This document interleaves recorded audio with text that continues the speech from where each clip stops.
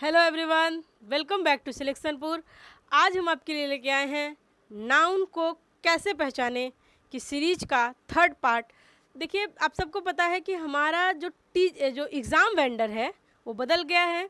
वो टीसीएस की जगह अब एडुकेटिव हो गया है और वो ऐसे ही क्वेश्चन सब पूछ रहा है कि पार्ट्स ऑफ स्पीच को आप पहचानिए। आपको एक सेंटेंस दे देगा, उसमें से किसी पर्टिकुलर वर्ड को हाईलाइट करके उसका पार्ट्स ऑफ स्पीच पूछ लेगा, या किसी सेंटेंस को देख के उसका फ्रेज पूछ लेगा कि बताइए ये कौन सा फ्रेज है, नाउन फ्रेज है, एडजेक्टिव फ्रेज है, एडवर्बियल फ्रेज है या वर्बियल फ्रेज है। तो ये सारी चीज़ें हम आपको अपने चैनल पे वन बाय वन करके पढ़ाएंगे। आज हम आपको बहुत ज़्यादा इम्पोर्टेंट टॉपिक पढ़ाने जा रहे हैं, आफ्टर प्रीपोजिशन। बहुत ही इंटरेस्टिंग, बहुत ही इम्पोर्टेंट टॉपिक है। तो भाई आपको बहुत ही ध्यान से ये सारी चीज़ें समझनी और सीखनी है। तो चलिए एक बार फिर से अपनी क्लासेस को हम लोग स्टार्ट करते हैं, बहुत ही जोर शोर और बहुत ही उत्साह के साथ। चलिए, अब देखिए आफ्टर प्रीपोजिशन। आप सभी बच्चों को बता दूं कि प्रीपोजिशन के बाद, after a preposition, after preposition हमेशा और हमेशा, यानी प्रीपोजिशन के बाद हमेशा नाउन आता है। प्रीपोजिशन के बाद हमेशा नाउन आता है। इस बात को आप लिख लीजिए, रट लीजिए, समझ लीजिए, ठीक है, कि प्रीपोजिशन के बाद हमेशा हमेशा नाउन ही आएगा। तो कभी कभी एग्जामिनर क्या करता है, हमें वर्ब लिख के दे देता है, प्रीपोजिशन के बाद वर्ब लिख के दे दिया। लेकिन हम सभी बच्चों को पता है, आप सभी बच्चों को पता है कि एक वर्ब होता है, उसमें अगर आप आईएनजी लगा दीजिए तो वो नाउन हो जाता है। उसको हम जिरेंट कहते हैं, आर्टिफिशियल नाउन, जिसे हम जिरेंट कहते हैं। तो देखिए, जब भी कभी प्रीपोजिशन के बाद अगर वर्ब आया, प्रीपोजिशन के बाद अगर वर्ब आया तो आने के दो कंडीशन दिख रहा है वहाँ तक, ठीक। प्रीपोजिशन में अगर वर्ब आया तो आने के दो कंडीशन। ज़्यादा डार्क कलर तो दिखेगा नहीं, मतलब ज़्यादा लाइट कलर तो दिखेगा नहीं, तो समथिंग डार्क है ना। दो कंडीशन होते हैं, कौन कौन से? या तो वर्ब में आईएनजी आएगा या फिर 2+ वर्ब आएगा, B1, है ना। या तो वर्ब में आईएनजी आएगा या फिर 2+ B1 आएगा। यही दो कंडीशन है प्रीपोजिशन के बाद। प्रीपोजिशन के बाद या तो वर्ब में आईएनजी आता है या तो वर्ब में जिरेंट आता है, दिख रहा है? या तो वर्ब में आईएनजी आता है या फिर वर्ब में 2+ B1 आता है। यही दो कंडीशंस होते हैं, है ना। या वर्ब में आईएनजी आएगा या फिर 2+ B1 आएगा। एक कंडीशन और बनती है, प्रीपोजिशन के बाद नाउन आ सकता है। नाउन जैसे boy, girl, book, pen, copy, किताब, ये सब क्या है? नाउन है। तो ये तो असली नाउन आएगा ही आएगा। अगर असली नाउन नहीं आया तो दो कंडीशन आपको मिलेंगे, वर्ब में आईएनजी, जिसे हम आर्टिफिशियल नाउन, और उसका नाम क्या है? जिरेंट, है ना। और इसे क्या हम कहते हैं? इसे हम इन्फिनिटिव कहते हैं, 2+ B1, 2+ B1। तो आफ्टर प्रीपोजिशन, प्रीपोजिशन के बाद आने वाला वर्ड इन्हीं तीन कंडीशंस में आएगा, इन्हीं तीन कंडीशंस में आएगा। और इन सब को हम क्या कहते हैं? इन सब को हम नाउन कहते हैं, कि प्रीपोजिशन के बाद नाउन ही आता है।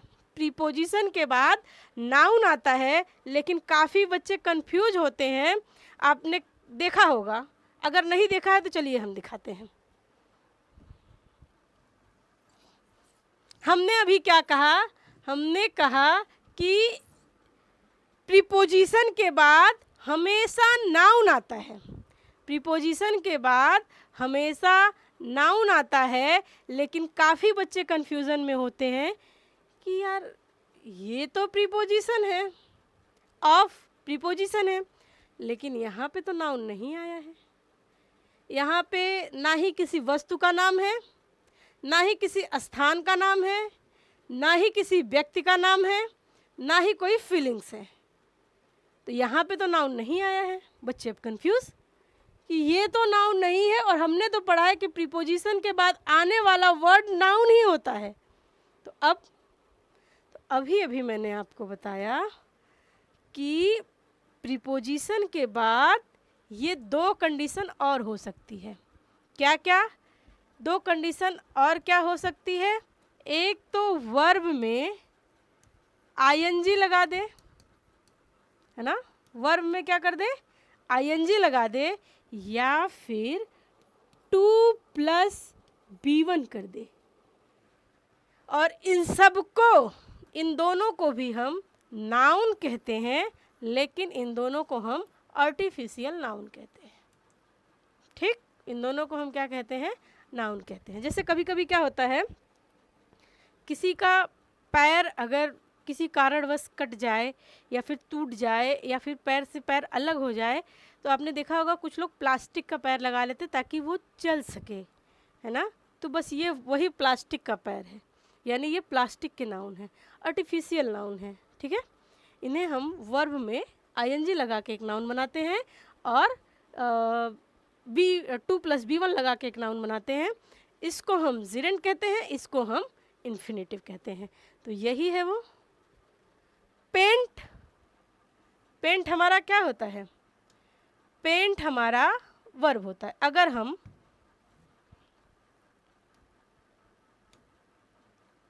अगर हम इसको मिटाएं तो ये क्या हो गया? ये हमारा वर्ब हो गया, ये हमारा वर्ब हो गया। लेकिन हमें पता है किसी भी कंडीशन में कुछ भी हो जाए, ऑफ यानी प्रीपोजिशन के बाद हम B1 तो नहीं लगा सकते।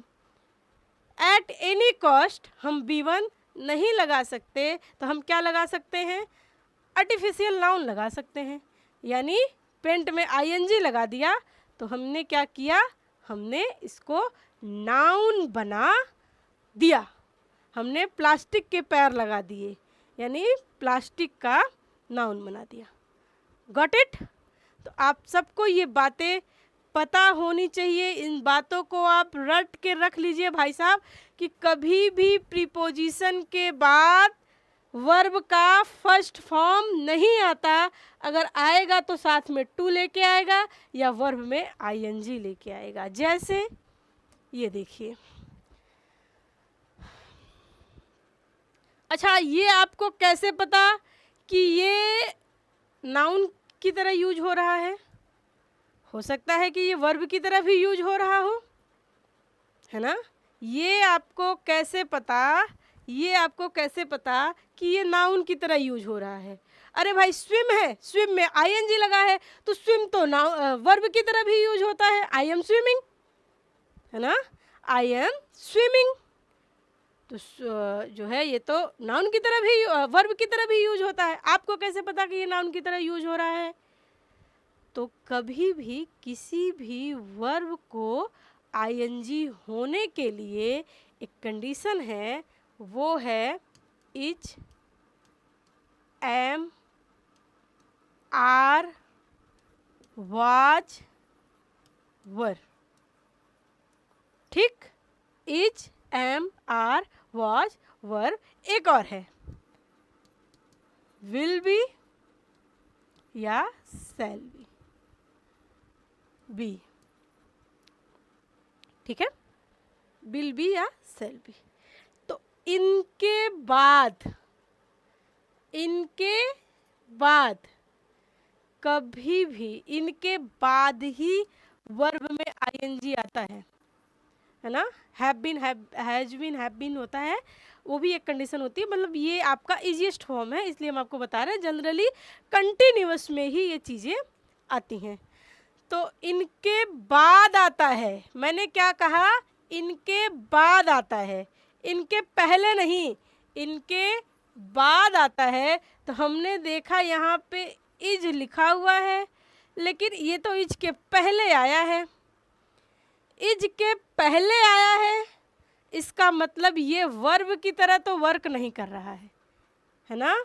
ये वर्ब की तरह वर्क नहीं कर रहा है। इसको वर्ब की तरह वर्क करने के लिए इज के बाद होना चाहिए। एक कंडीशन खत्म, एक संभावना तो खत्म हो गई कि ये वर्ब नहीं है। अब ये क्या है, अब ये सब्जेक्ट है। कैसे पता? क्योंकि कभी भी किसी भी सेंटेंस की शुरुआत हम सब्जेक्ट से करते हैं, उसके बाद वर्ब आता है। तो भाई देखिए, वर्ब के पहले ये आया है। ये स्ट्रक्चर आप बचपन से पढ़ते आ रहे हैं, सब्जेक्ट प्लस वर्ब, है ना। ऐसा तो आपने पढ़ा नहीं कि वर्ब प्लस सब्जेक्ट, ऐसा पढ़े हैं? ऐसा नहीं पढ़े हैं। तो हमने तो हमेशा से यही स्ट्रक्चर पढ़ा है कि पहले सब्जेक्ट आएगा, उसके बाद वर्ब आएगा। यहाँ क्या है, यहाँ वर्ब आया है, इसके पहले ये चीज़ें आई हैं। तो इसका मतलब कि ये क्या है, ये एज अ सब्जेक्ट हम यूज कर रहे हैं। इतनी चीज़ों में अगर किसी को डाउट हो तो आप हमें कमेंट बॉक्स में बताइएगा। I will explain it once again, but चीज़ें आपको समझ में आनी चाहिए, ठीक है। तो अब ये क्या हो गया, सब्जेक्ट। अच्छा, हमें ये तो पता चल गया ये सब्जेक्ट है, इतना तो हमने भाई डिस्कस करके पता कर लिया। लेकिन अब ये बताइए कि ये आईएनजी क्यों आया हुआ है।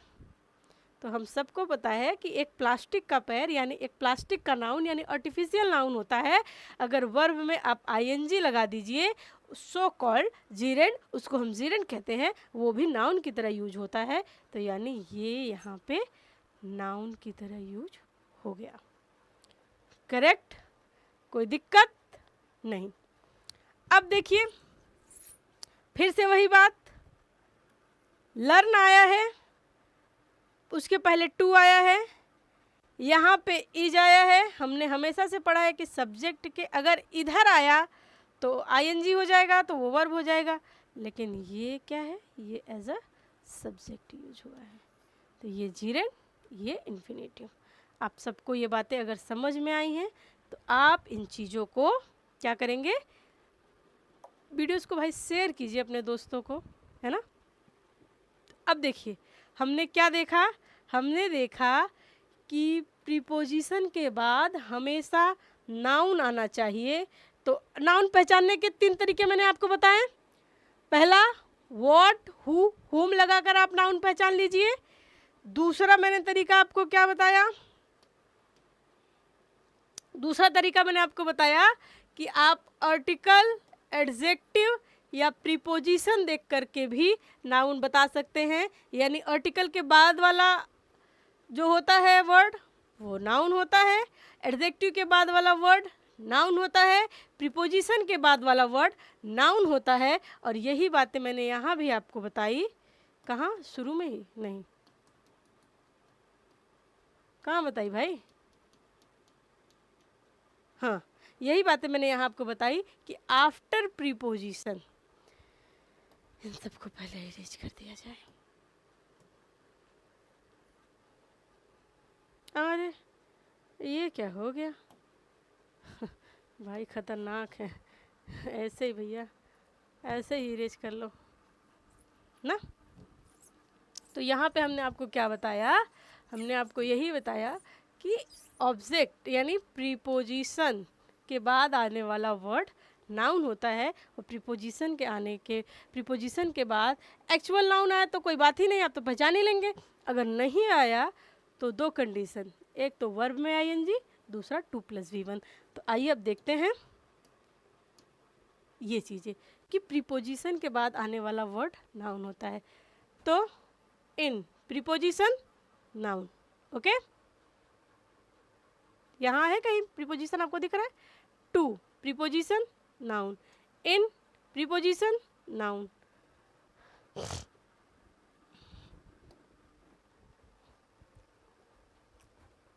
After preposition, of preposition, on preposition, of preposition, यानी इनके बाद वाले वर्ड क्या होंगे?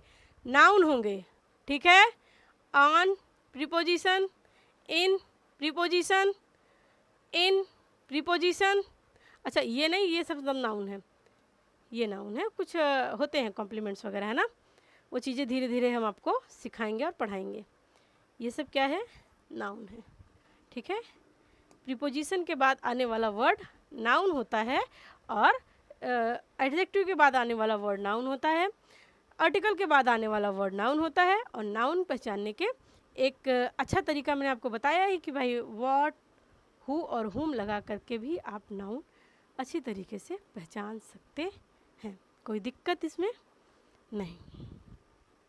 तो चलिए, ये चीज़ें आपने समझ ली. बहुत इम्पॉर्टेंट है ये बात आपको समझना कि क्या, कि ये नहीं, ये कि जब भी कभी प्रीपोजिशन आए तो उसके बाद 3 कंडीशंस बनते हैं.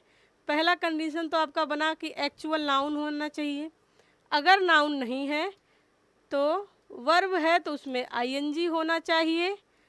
अगर वर्ब में आईएनजी नहीं है तो 2 + B1 होना चाहिए. ये 3 कंडीशन बनते हैं. प्रीपोजिशन के बाद ये 3 कंडीशन बनते हैं और ये चीज़ें आपको समझनी है, सीखनी है, बार बार इसकी प्रैक्टिस करनी है. अब देखिए, नाउन तो आपका पूरी तरीके से पहचानना ख़त्म हो गया है. अब नेक्स्ट वीडियो में हम आपको नाउन फ्रेज पहचानना सिखाएंगे और कुछ प्रीवियस ईयर क्वेश्चंस भी आपके लिए लेके आएंगे जो कि टीचिंग एग्ज़ाम में पूछे गए हैं या फिर केवीएस में पूछे गए हैं. तो हम वहाँ से वो क्वेश्चंस आपके लिए लेके आएंगे और उसकी प्रैक्टिस कराएंगे, क्योंकि वो हो सकता है आपके आने वाले सीजन में आपकी हेल्प करे. ओके. अब हम आपको मिलते हैं नेक्स्ट क्लास में. तब तक के लिए वेरी बेस्ट ऑफ लक.